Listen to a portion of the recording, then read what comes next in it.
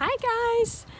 I probably figure that the wool that you have in your bags, in your little craft kits, is going to be what you would like to try out first. That's just my guess. So I thought I'd show you what we're going to do with it. I'm outside here in our play yard. I've got the dogs over there. Let's see, can we see them? Oh yeah, there they are. I'm out here because Clemmy always pee-pees in the house. And so I'm out here trying to keep an eye on her. So if I see her go pee-pee, I'm going to stop the video and I'm going to give her a treat because we want her to learn to use the potty outside. And she does use it outside, but she also just uses it inside when you've gone too long. But here's what we're going to do. I'm going to use a wooden egg. If you have a wooden egg, you can use it. If you have a plastic egg, make sure that you tape it closed. You want it to stay closed because we're going to squish and squash. And if you squish and squash the plastic eggs, they'll pop open. So we're going to take our egg and you're going to use the white wool that you have. And you're just going to kind of carefully wrap it around. You kind of want to pull it a little bit long like this, and maybe a parent might have to kind of help you with that. It's a little tricky, and we're just going to kind of wrap it around, but we're going to try and pull it a little bit tight, and that's why we're making it sort of long.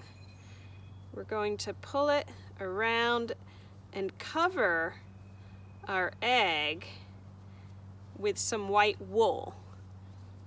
This is so you don't have to use, you need some thickness, and this gives it a little bit of some structure. So now you can use some more and you can kind of crisscross over where you went before, and try not to leave like a little bare spot. You want to cover that up. Okay.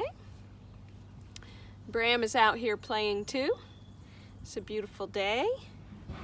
I hope you get outside a little bit in your yard or a patio. You don't have to go far to find nature. You don't have to go very far at all. You can go right on your doorstep, and maybe you have a plant you can water. We have it right here in our city. And there is Gandalf the dog. He might bark. Just to let you know, he may bark. Now that you have your white on here, we're going to add a little color. Now I really like this color green, and some of you guys got it in yours. I tried to choose colors that I thought you might like. So, some of you got this color, some of you got some other colors. Here we go. And we're just going to wrap it around. I'm going to try and cover my egg with a bit of this color first.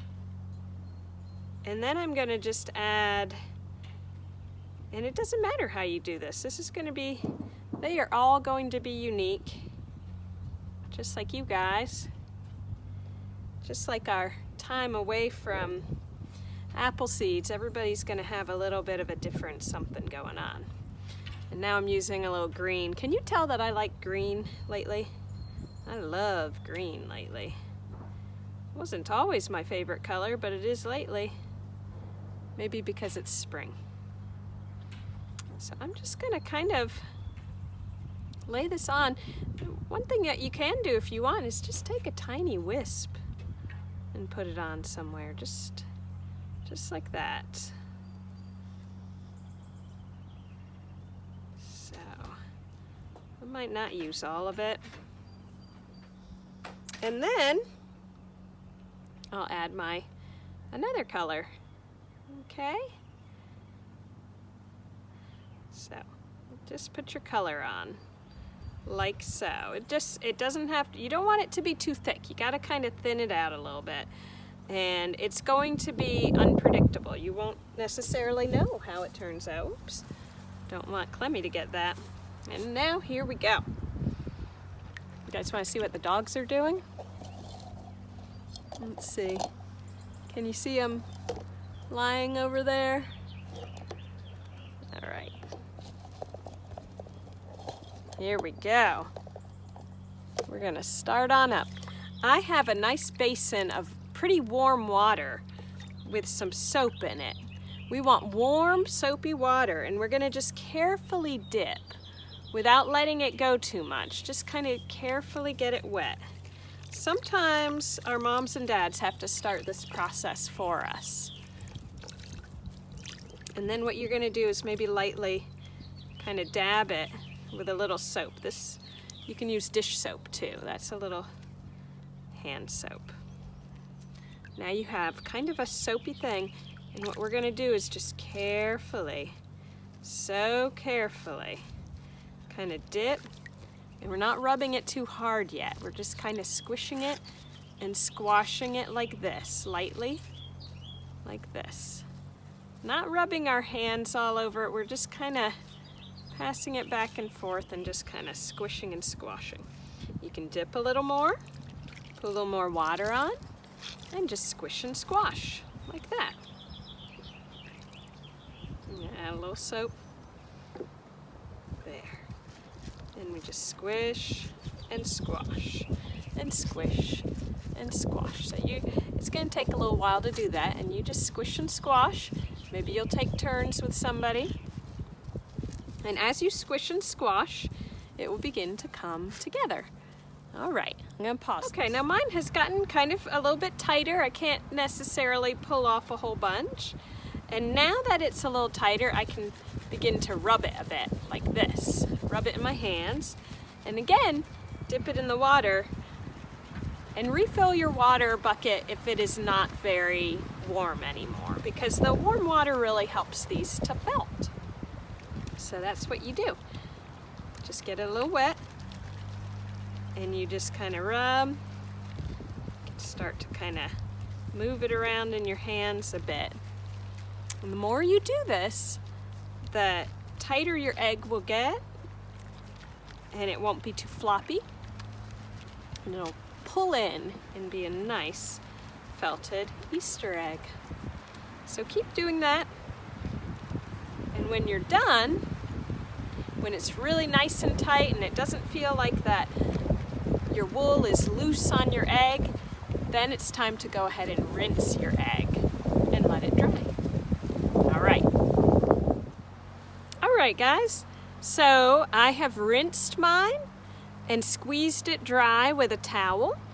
It smells good, like soap. There's a few little bits that are kind of loose, and I can trim those with scissors. Now there's two things you can do. You can leave your egg like this, and you can put it in your little Easter garden or wherever you'd like to decorate with a little Easter egg.